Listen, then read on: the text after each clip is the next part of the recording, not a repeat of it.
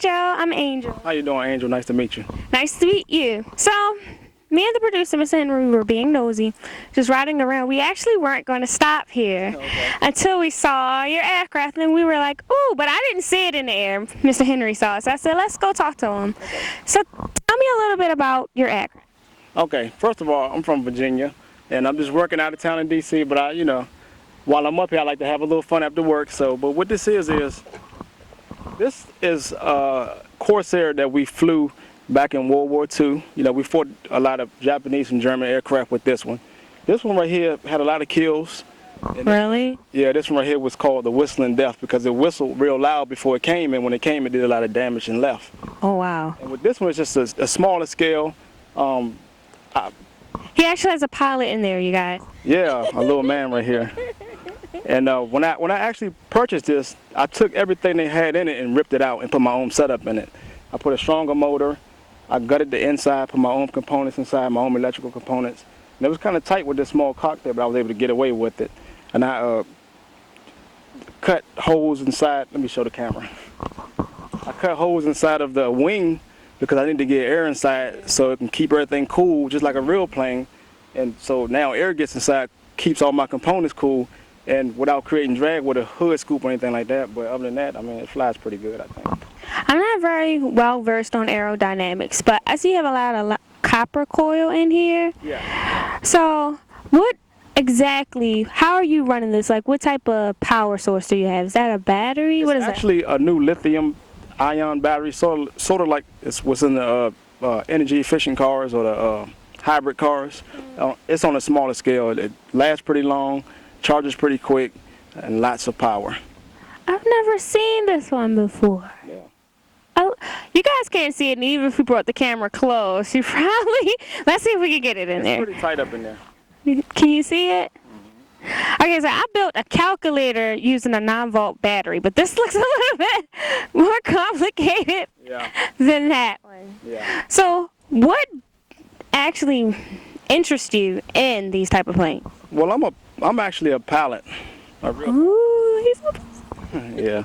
And flying these are a lot like flying real planes. So I figured if I can fly this and make a mistake with this and not a real plane, I'll be a lot better off. So, I got into this and I seen how good, how it responded like a real plane. And, one plane led to another. And now I have 5, a jet, a stealth wing, a World War II Corsair. I have a 3D plane and a glider.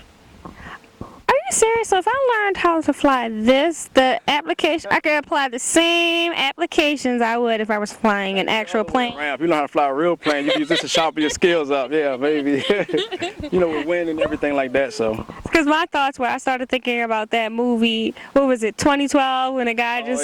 So I was like, if I learn how to fly this in the event that is an emergency, I can fly everyone out to safety. But no. If you're real spiritual, you might get away with it. But. The frame was already built. You just pretty much gutted it and then built it. Yeah, and I did a few modifications to the frame. I just put me a rudder in the back because it didn't have a rudder for movement.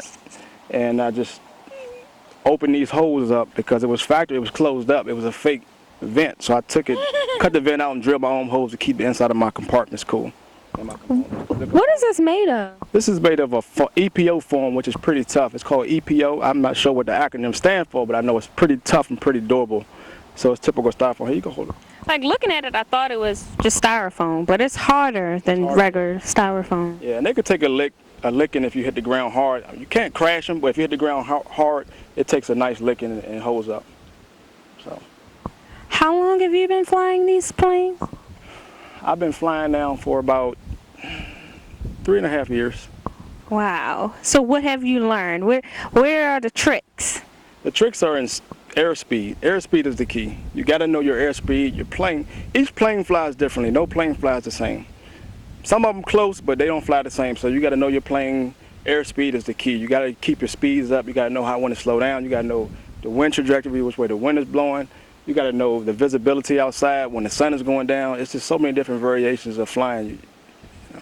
It's just, wow. Yeah, it's one of those things. When you learn how to ride a bike, you got it, but you got to learn how to ride a bike. Wow. So what about when you're flying A real plane. It's similar. It's every plane flies different. I fly a Cessna 152, which is a smaller Cessna. They're pretty easy to fly because the wings are up high, so it's like almost like a parachute effect, but you still have to fly it. And if the winds are pretty rough, it bounces you around. So we usually fly early in the morning before the winds pick up, around 9 o'clock in the morning. Then we're usually back down before 12, unless we flying a bigger plane.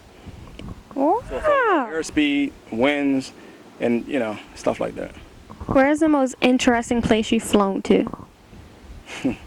What, in real life? In real life. Oh, Not imagination. I'm still a pilot, a student. I mean, so I live out in Virginia Beach, so I fly around Hampton Roads, Virginia Beach area. It's pretty out there. Yeah. Okay, in your imagination, what's the best place you've flown? I was thinking about, if I decide to get married, probably Hawaii on my honeymoon. It's pretty there. Yeah, over the islands, fly over top of them. Fly everybody. Expensive. Yeah, fly everybody down. That type of stuff. Good fruit. Yeah. Great pineapple. Oh yeah, I'm gonna try it. The best. Well, would you mind demonstrating for us as well? Sure, I'll demonstrate. All right, which one are you going to use? Probably the blue one. I like the blue one. That's one of my favorite colors. Okay, so I'm going to step out of your way so you can get your business done.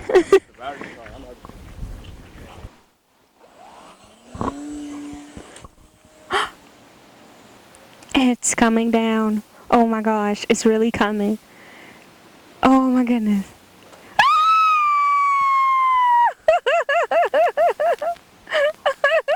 That is so cool. All right, well, I'm actually happy that we saw this. Yeah, I'm glad. Because we were being nosy and turning around. We were like, hey. Yeah, I'm glad I can show it to you guys. I really am. I really am.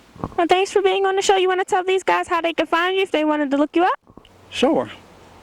If you want to look me up, you can go to my email address it's american.lighting@aol.com. You want to spell that out for those good people? Okay, lighting, LIGHTING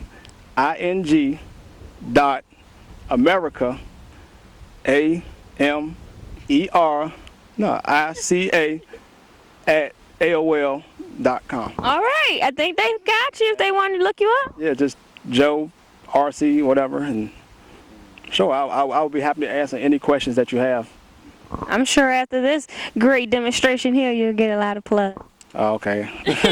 Thank you so much. Thanks. Work too. So. Oh yeah, and he said he does electrical work, people, and you see what he could do with just a battery. So imagine what he could do with your home. That sounds awesome. Thank you. I had a pleasure meeting you. Thank you so much. And talking to you. Make sure you tune into our show. I sure will. Thank you. Okay, stay tuned for more tunes with Mr. Henry, and I'll be right back.